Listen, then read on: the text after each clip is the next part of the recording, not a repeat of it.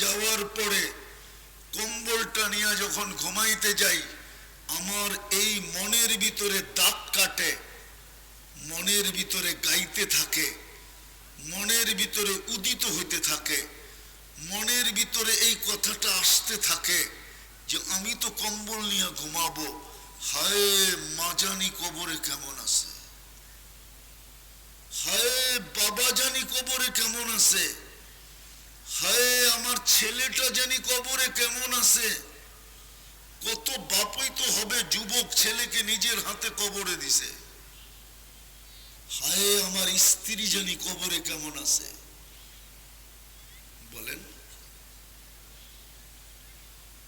বিদায় প্রস্তুতি কতটুকু, কালকে এই চেহারাটা কি করে দেখাবো যে আমাকে এক ফোঁটা পানির থেকে মানুষ রূপে অস্তিত্ব দিল। এই জন্য তো মনে হয় আল্লাহ অভিযোগের সুরে বলেন আমা আতাইতুকা আইনানে তানদুরু বিহা,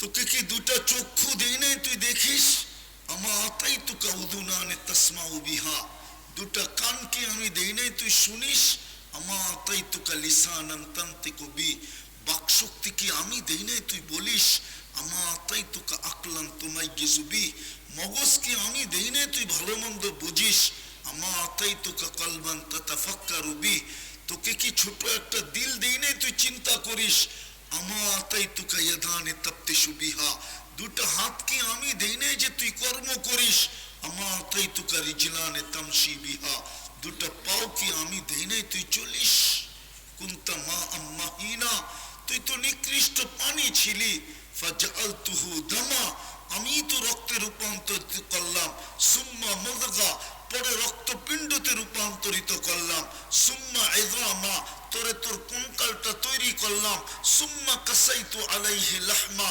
তারপরে গোশত আর চামড়ার নিখুঁত ভাবে আমি আবরণ চড়ায়া দিলাম, কুনতা সাগীরা ফাকাব্বারতুক, তুই ছোট ছিলি আমি বড় করলাম, কুনতা যায়ীফা ফাকাওয়াইতুক, তুই দুর্বল ছিলি আমি তোকে সুঠামত্ব দিলাম, কুনতা জাহিলা ফাআল্লামতুক, তুই অজ্ঞ ছিলি আমি তোকে শিক্ষা দিলাম, কুনতা মিসকিনা, তুই মার পেটের থেকে নিঃস্বয় আসছিলি, অসহায় আসছিলি, ফাআগনাইতুক, তোকে আমি স্বয়ং সম্পূর্ণ করলাম, ফাইলা আইন, কই চললি, আনাসিতানি, আমাকে ভুলে গেলি, কই চললি, হাল ওয়াজাদতা আজওয়াদা মিন্নি, আমার চেয়ে বড় দাতার সন্ধান কি তোর কাছে আছে বল, আযকুরুকা ওয়ালাউ তানসানি, 24 ঘন্টা তোকে আমি সুরক্ষা করি, রক্ষণাবেক্ষণ করি, লালন পালন করি, যদিও তুই 24 ঘন্টায় একবার মনের থেকে আল্লাহ বলিস না। বলো কে যুবকরা, নিবিড় ভাবে বৈশা মনের থেকে একবার আকাশের দিকে চায়া বলে আল্লাহ, একবার আল্লাহ বলে বলুক। অথচ সারা দিনে তো কত শতবার নাম জপে, ঠিক না? কি চ্যাট করো না, না করো না? নাম জপা হয় না, হয় না? হ্যাঁ, চ্যাট করলেই তো নাম জপা হয়, ঠিক না? সারা দিনে কত শতবার মেসেজ দেয়, ঠিক না? কি কি দেয় না, দেয় না? হ্যাঁ, তারপরও তো 14 তারিখে জুতা দেখায়, ঠিক না? মনে হয় বোঝে নাই, তারপরও তো শেখায়, ঠিক না? আর যদি একবার আল্লাহ বলতো 40 নেকি মিলতো, 40 নেকি। এই 40 নেকি অন্য 40 নেকির মতো না, আল্লাহ বলার 40 নেকি সংখ্যায় সমান হতে পারে কিন্তু গাঠিতে না। যেমন 1 মণ তুলা 1 মণ লোহা ওজনে সমান, কিন্তু তুলার গাঠি কত বড়? আরে বলো না, জোরে বলো, অনেক বড় না? ঠিক আল্লাহ বলা 40 নেকির গাঠি এত বড় যে মিজানের পাল্লায় জায়গা নিবে না। কেন জানো? নামটা কার? আল্লাহ নিজে নিজের নাম রাখছেন কি? আল্লাহ। এই জন্যই তো এটার গাঠি এত বড়। একবার আল্লাহ বললে তো 40 নেকি মিলতো। যুবক, আমার কথা বিশ্বাস করো, তোমার জীবনে যদি একবার আল্লাহ বলা কবুল হলো, তাহলে আমি বিশ্বাস করি আল্লাহ বলার কাঠটি মিজানের পাল্লায় রাখলে দুনিয়ার কোন বাটকারা এটাকে উঠাইতে পারবে না, না, না, না, না। সমগ্র জগৎ দিয়েও এটাকে ওজন করা যাবে না। মানে হুজুররা বিশ্বাস করে না, কেননা এটা নাম কার? আল্লাহটা যদি সমগ্র জগৎ দিয়ে ওজন করা যায়, তাহলে আল্লাহ আল্লাহ হইলেন কেন? আল্লাহ তো আল্লাহ এই জন্যই যে সমগ্র জগৎ আর সৃষ্টি দিয়া ওনার নামের ওজন করা যায়। সত্য তো মানেন আপনারা? না হুজুররা আগে মানে কিনা? মানি। সত্য তো?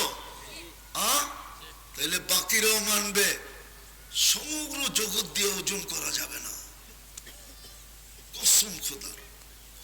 এটা আমার ঈমান। কেন? আল্লাহ আল্লাহ। একটা প্রমাণ দিতেছি, প্রমাণ।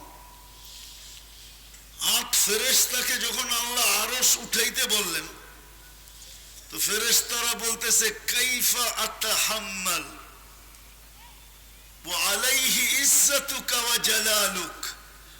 আল্লাহ, যেটার উপরে স্বয়ং আপনি থাকবেন এটা আমরা উঠাবো কি করে?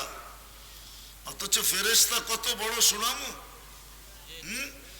যেই সমুদ্রের ভিতরে দাঁড়ানো আছে, ওই সমুদ্রের গভীরতা হলো জমিন থেকে আকাশ পর্যন্ত। কিন্তু আল্লাহ রসুল বলতেছে মা ওয়াসালা মাকুল বাহরি ইলা রুকবাতিহিন্না। সমুদ্রের পানি ওই ফেরেশতাদের হাঁটু পর্যন্ত যায় নাই।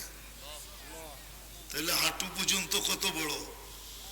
দ্বিতীয় আল্লাহ রসুল বলতেছে এক এক কাঁধ মিন শাহমাতি উযুনিহি ইলা আতিকিহি সাবুমিয়াতি আম। এক এক কান্দা 700 বৎসরের রাস্তা। তাইলে ওই ফেরেশতা কত বড়। এদেরকে উঠাইতে বলতেছে কেমনে উঠামো, যেটার উপরে আপনি থাকবেন? আল্লাহ বলে আমি পাওয়ার ঢুকাইতেছি, পাওয়ার। আল্লাহ এদেরকে তসবিহ দিছে, কুল লা হাওলা ওয়ালা কুওয়াতা ইল্লা বিল্লাহিল আলিয়্যিল আযীম। এখন এদের তসবিহ হইছে, আমরা যেরকম শ্বাস নেই এরা এটা পড়তে থাকে। যেমন কিছু ব্যাটারি আছে, গাড়ি চলতে থাকলে ব্যাটারি চার্জ হতে থাকে, ঠিক না? ওরা এটা পড়তে থাকে আর পাওয়ার ভিতরে তৈরি হইতে থাকে, আর আল্লাহর আরশ উঠায়া রাখতে পারতেছেন। আল্লাহ বলি না একবার। যাক, আমি শেষ জায়গায় চলে আসলাম। সন্ধ্যা ঘনায় আসতেছে, আজানের সময় কাছে যাইতেছে। যে মৌতকে তো মৌত তো অবধারিত, বিশ্বাস তো করি, কে কখন মরব জানি না, কিন্তু প্রস্তুতি কতটুকু। আফসোস ওই উম্মতকে সহজে প্রস্তুতি নেওয়ার জন্য, যাতে এই উম্মতের নারী, যাতে এই উম্মতের পুরুষ, যাতে এই উম্মতের যুবক, যাতে এই উম্মতের বৃদ্ধ সহজে প্রস্তুতি নিতে পারে। এই জন্য আল্লাহ আমাদেরকে 2টা রত্ন দিছিলেন। 2টা, কয়টা? কয়টা? তাও নিজে নির্বাচিত করা। কে নির্বাচিত করছে? কে? স্বয়ং আল্লাহ নির্বাচিত করছেন। 1 নম্বর হলো আমাদেরকে মুসলমানের ঘরে অস্তিত্ব দিছিলেন, যেন আমরা সহজে প্রস্তুতি নিতে পারি, আমাদের প্রস্তুতি সহজে হয়ে যায়, সহজে যেন আমাদের প্রস্তুতি হয়। এই জন্য ইসলামের ঘরে আমাদেরকে অস্তিত্ব দিয়েছেন, মুসলমানের ঘরে, যেন আমাদেরকে টোকায়া বা তালাশ করা বা ছুটা বা দৌড়ায়া প্রস্তুতি না নিতে হয়। আমরা যেন সহজে প্রস্তুতি নিতে পারি। এই জন্য সদ ইচ্ছায় আমাদেরকে মুসলমানের ঘরে অস্তিত্ব দিয়েছেন। কিন্তু আফসোস তো এইখানেই, ওই হাদিসই সত্য হলো, ওই হাদিসই সত্য হলো, লা ইয়াবকা মিনাল ইসলামি ইল্লা ইসমু। শুধু আমরা নামের মুসলমান রয়ে গেলাম, ইসলামের কোনো ছাপ আমাদের ভিতরে নাই।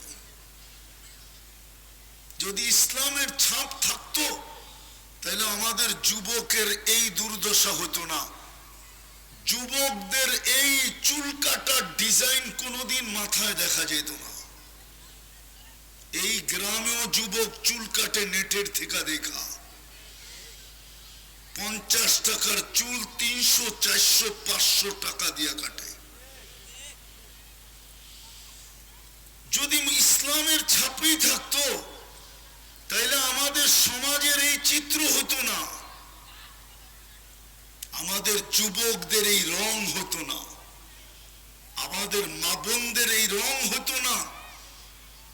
কসম খোদার, আমাদেরকে সহজে প্রস্তুতি নেওয়ার জন্য, অতি সহজে প্রস্তুতি নেওয়ার জন্য আল্লাহ আমাদেরকে ইসলাম দিছিলেন। ইসলাম নির্বাচিত করে দিছেন। ইন্নাল্লাহ আস্তাফা লাকুমুদ্দিন, আল্লাহ বলে আমি নির্বাচিত করছি তোমাদের জন্য দিন। ইসলাম তোমাদের জন্য নির্বাচিত, আমি তোমাকে ইসলামের জন্য নির্বাচিত করছি, ইসলামকে তোমার জন্য নির্বাচিত করছি। আজকে ওই ইসলামের রং আমাদের ভিতরে নাই। যদি থাকতো তাইলে আমার দেশে কেন 31st নাইট উদযাপিত হতো, আমার দেশে কেন 14 তারিখ উদযাপিত হতো। কসম খোদার যুবক,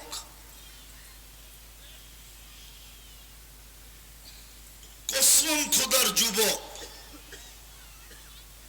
যদি আমার যুবকরা, আমার সমাজের সন্তানরা বসতো, তাতে ওদের জান্নাত তো ওদের ঘরের ভিতরে। জান্নাত কোথায়? যুবকের জান্নাত কিন্তু হাতের মুঠায়, শুধু মুঠ করলেই হয়। জান্নাত কিন্তু ঘরের ভিতরে।